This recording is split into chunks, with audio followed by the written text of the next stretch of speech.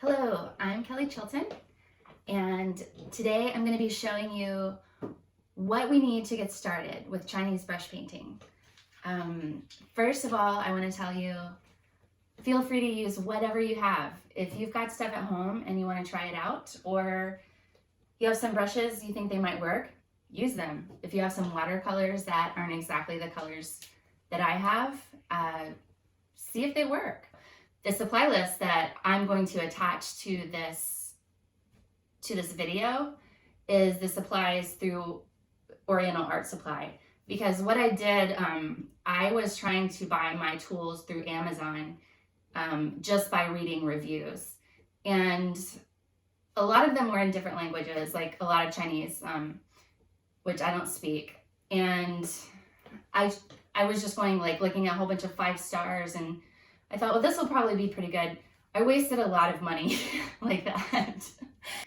Ones that had, a lot of good reviews, but turned out to be basically useless for me, a lot more money than I did when I just went into the Oriental Art Supply and she let me test them out in the store.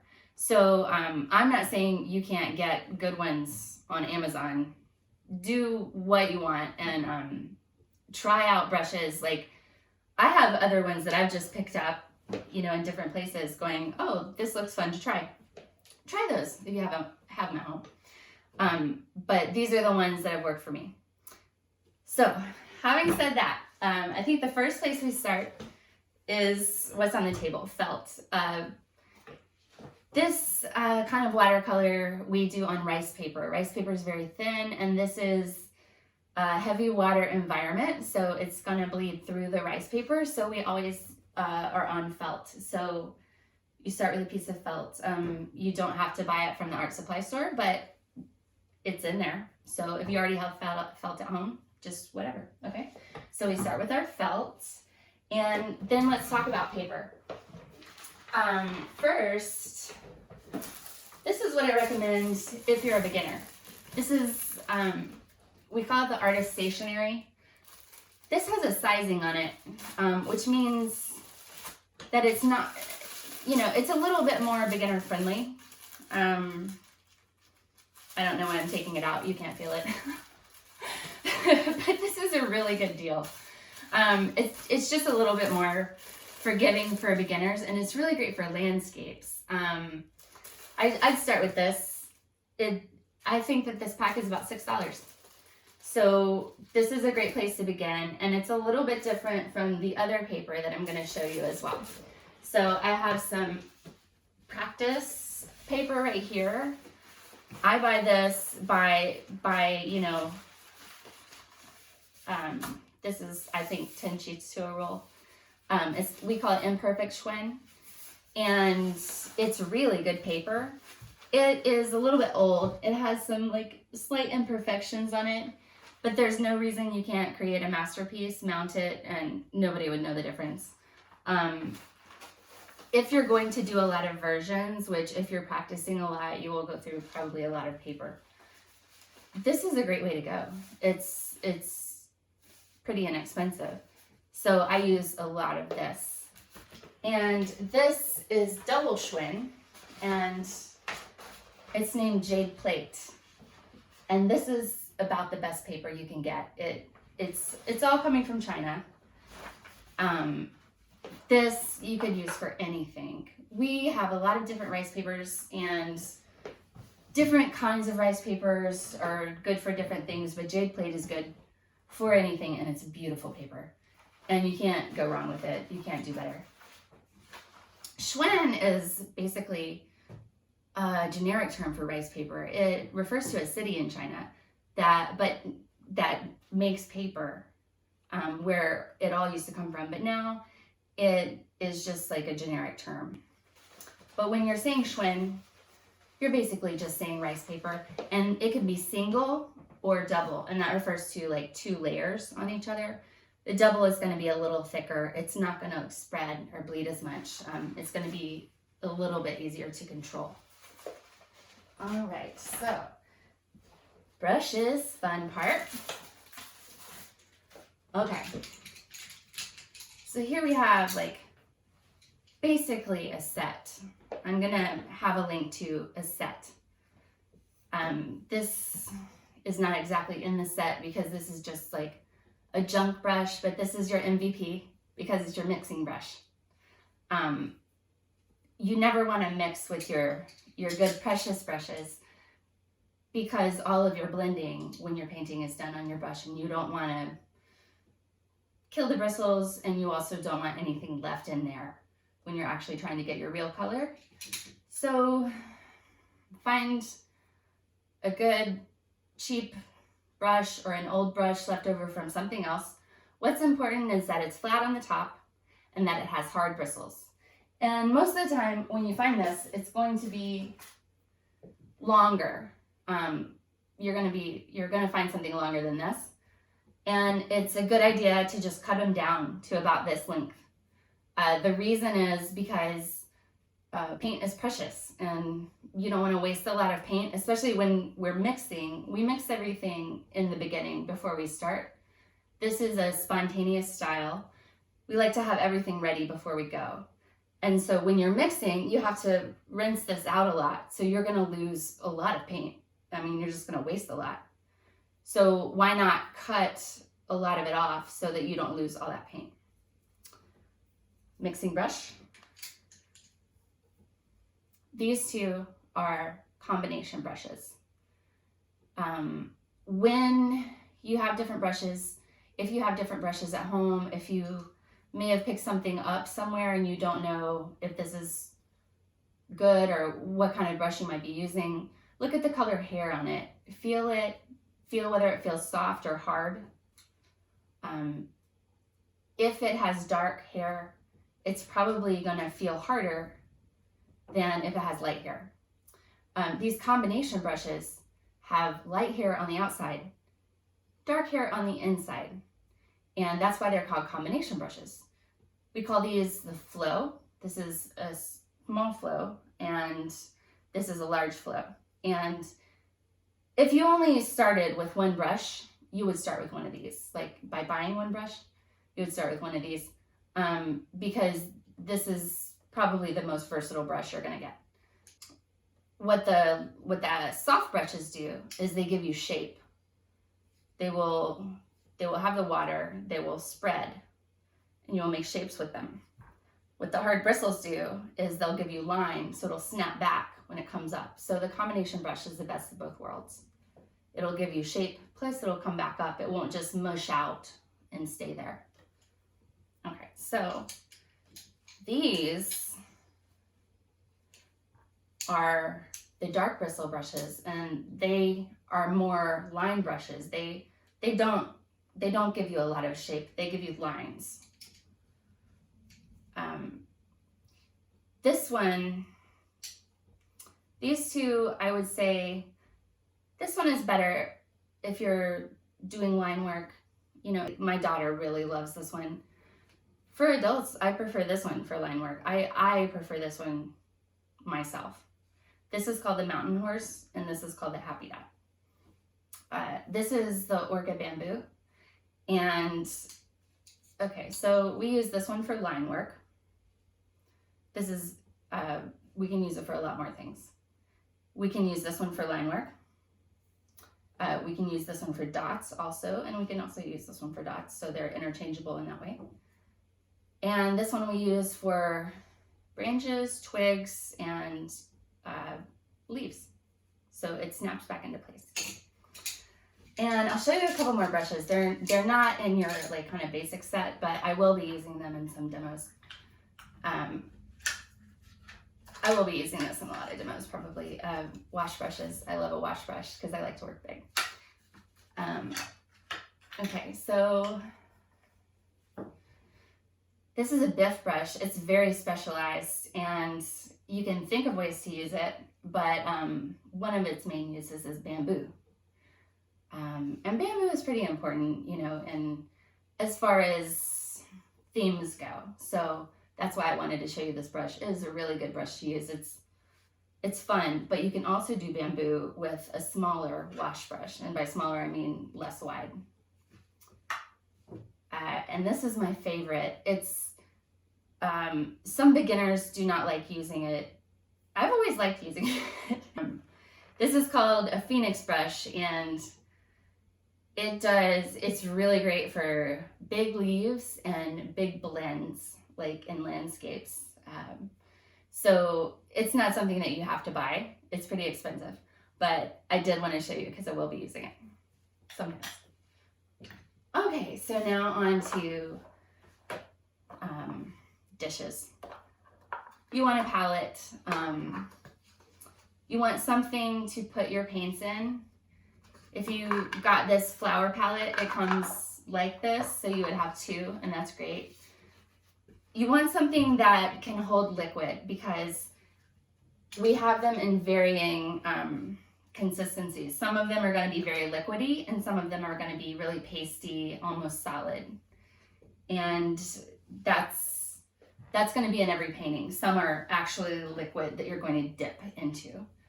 So something that is cupped. And so this is a really good way to go.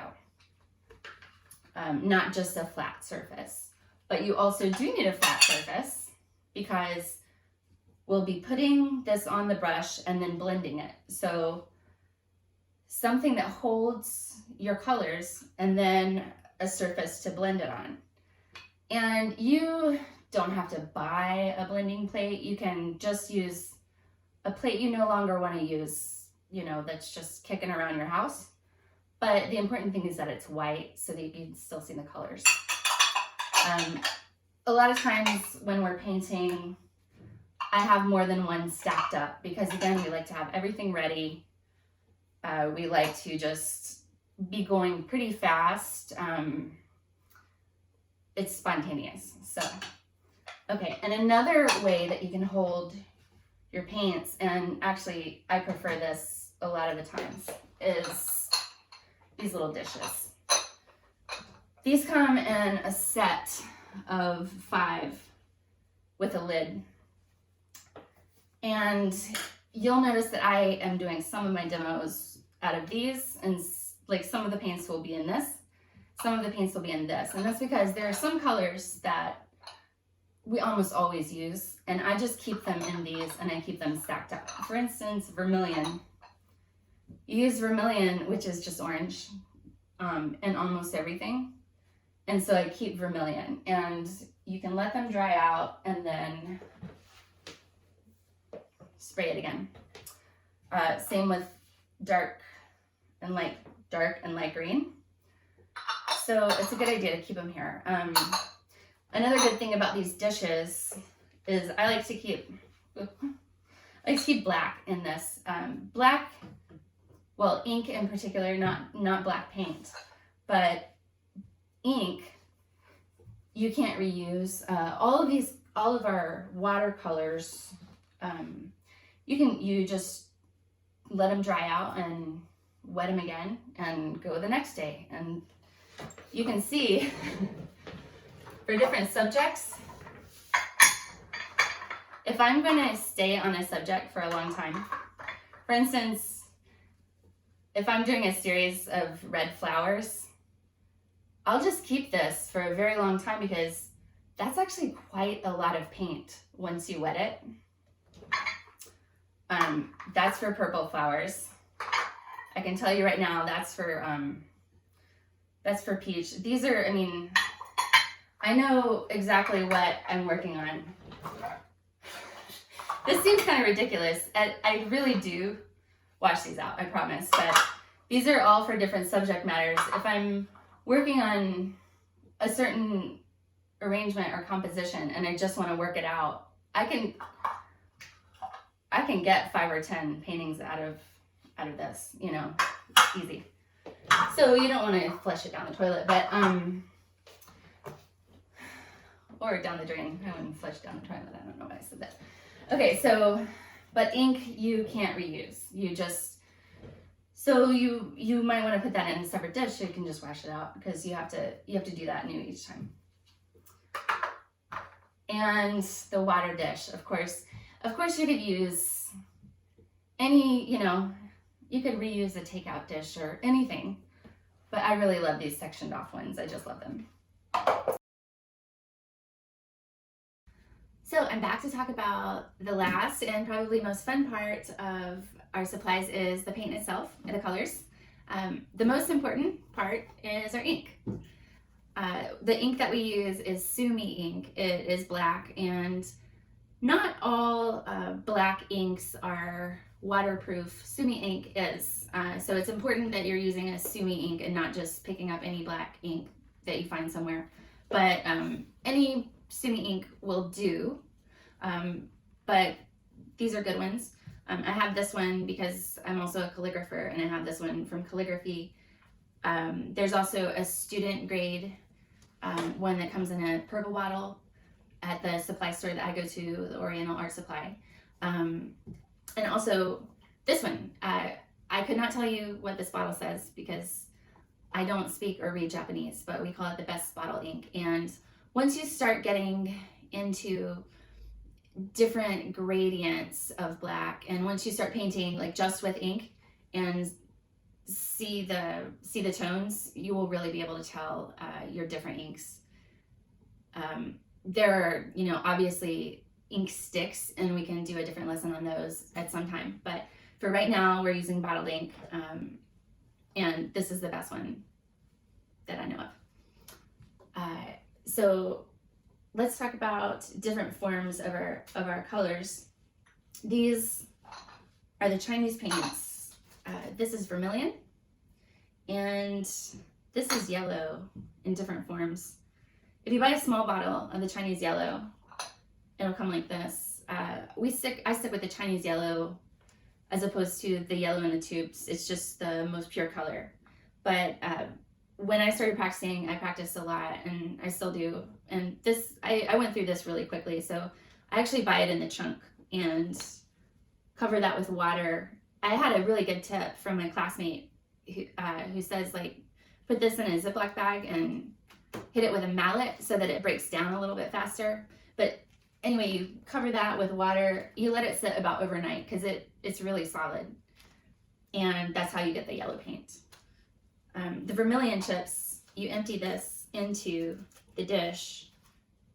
You let that sit. It takes a good, 15 or 20 minutes to really soften up. And then, you get a pasty.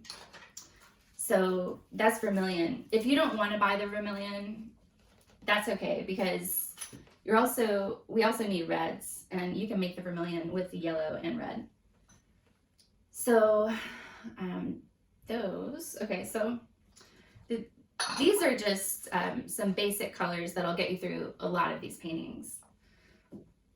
Here we have our dark, medium, and light red. It's a good variation to get a good blend. The light one is cadmium red deep, permanent carmine is our medium, and perylene violet is our dark red. Can be confusing because it says violet, but we use it as a dark red, and that's how you get a blend with those three on some paintings. To make our greens, we also use indigo with the yellow, and then for a sky blue, you can use the Chinese chunks, just like the vermilion, the Chinese blue. You can use manganese in the Winsor Newton, manganese blue, or you can use cobalt. I use both of those too. And it's great to have, white is very important. This is a transparent white, Sakura white. You can add water and use it as a base, or you can do a lot of things with this. Bleed proof white is completely different. You use them in two different ways, and so it's good to have both on hand. So I think that's just about everything that would get you started. Like I said, feel free to make substitutions if you want to try those out, especially right now.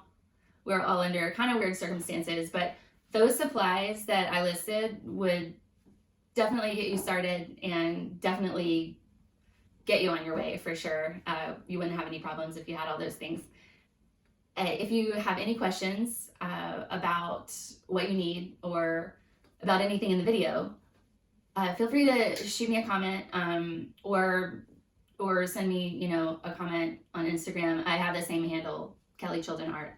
So any questions you have or any comments, it just makes it easier for me to make you a better video later. Okay. So let's get ready to get started.